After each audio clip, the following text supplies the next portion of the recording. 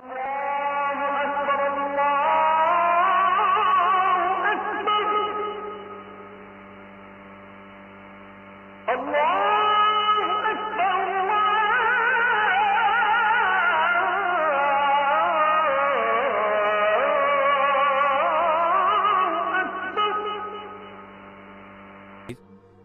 কি আমাদের বলবেন কাফারা কি?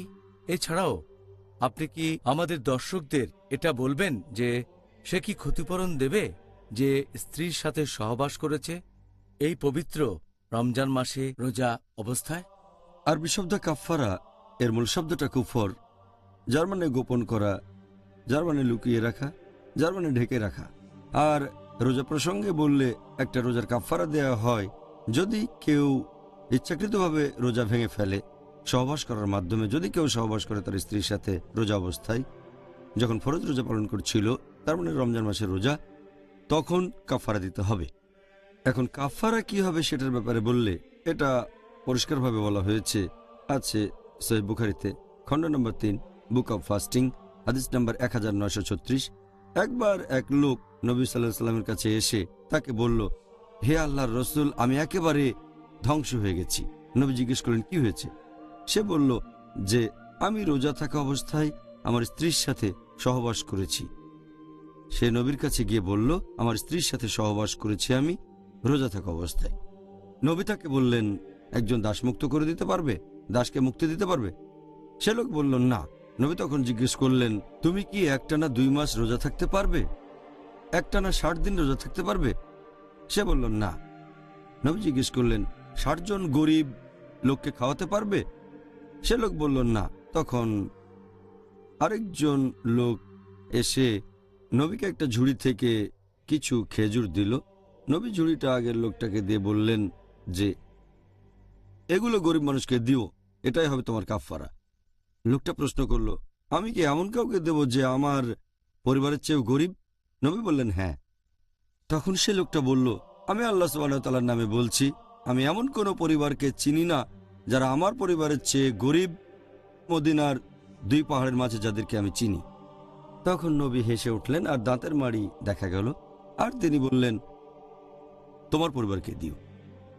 তাহলে এই হাদিস থেকে আমরা জানতে পারছি যে যদি কোনো মানুষ রোজা ভেঙে ফেলে ইচ্ছাকৃতভাবে সহবাস করার মাধ্যমে তার স্ত্রীর সাথে, তাহলে প্রথম যে কাজটা করতে পারে ক্ষতিপূরণ হিসেবে সে রোজা রাখবে যত তাড়াতাড়ি সম্ভব।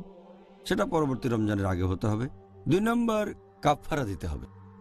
এই হাদিস থেকে আমরা জানতে পারি যে এখানে আছে 3টা অপশন।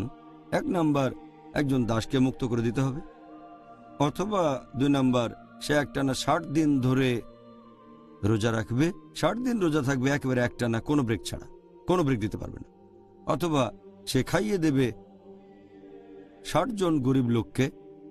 আর বেশিরভাগ বিশেষজ্ঞ একমত যে 3টার মধ্যে যে কোনো একটা বেছে নেওয়া যায় না। অবশ্য কিছু বিশেষজ্ঞ বলেন বেছে নেওয়া যায়, তবে এখানে সঠিক নিয়মটা হচ্ছে সে প্রথমটা পূরণের চেষ্টা করবে, দাস মুক্ত করবে।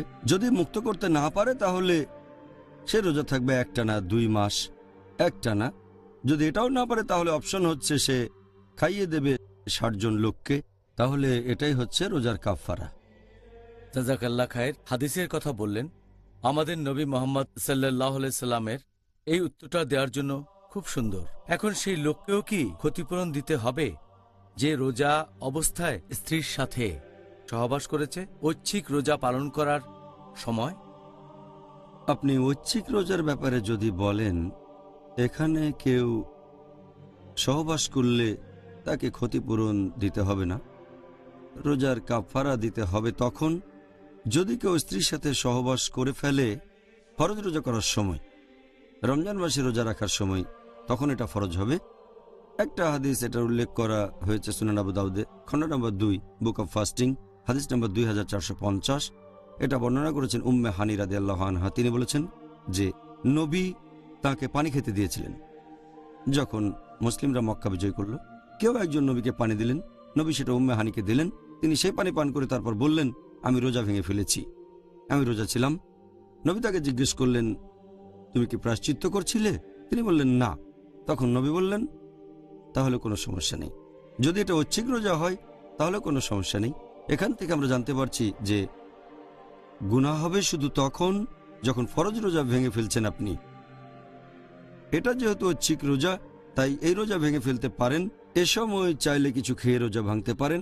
এ সম্পর্কে আগে কিছু হাদিস আমি বলেছি যে একবার এক লোক একজন সাহাবাকে খাওয়ার জন্য তার বাসায় দাওয়াত দিয়েছিল। সাহাবা বললেন, আমি রোজা আছি। তখন নবী বললেন, সে খাবার তৈরি করেছে টাকা খরচ করে, রোজা ভেঙে ফেলো, কারণ এটা ঐচ্ছিক রোজা।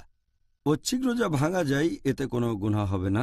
আর একইভাবে যদি কেউ সহবাস করে তার স্ত্রীর সাথে ঐচ্ছিক রোজার সময়, তাহলে এটাতে গুনাহ হবে না, কারণ এটা ঐচ্ছিক রোজা। এই রোজা পরে রাখতে হবে না, তবে চাইলে সেটা রাখতে পারে, আর কোনো কাফারও দিতে হবে না। আরও একটা হাদিস আছে সুন্নান আল নিসাইতে, বুক অব ফাস্টিং, হাদিস নাম্বার 2323। একদিন সকালে নবী ঘুম থেকে উঠে খাবার খেতে চাইলেন তাঁর স্ত্রী আয়েশা রাদিয়াল্লাহু আনহার কাছে। তিনি বললেন, ঘরে কোনো খাবার নেই। নবী তখন বললেন, তাহলে রোজা থাকছি। তাহলে ঐচ্ছিক রোজার ক্ষেত্রে নিয়ত আগের রাতে না করলেও চলবে। আপনি নিয়ত করতে পারেন পরবর্তীতে, যদি ভোর থেকে কিছুই না খেয়ে থাকেন। এটার ভিত্তিতে বলা যায় যে কাফফারা দিতে হবে না যদি কেউ স্ত্রী সহবাস করে ঐচ্ছিক রোজার সময়। জাযাকাল্লাহ খায়ের।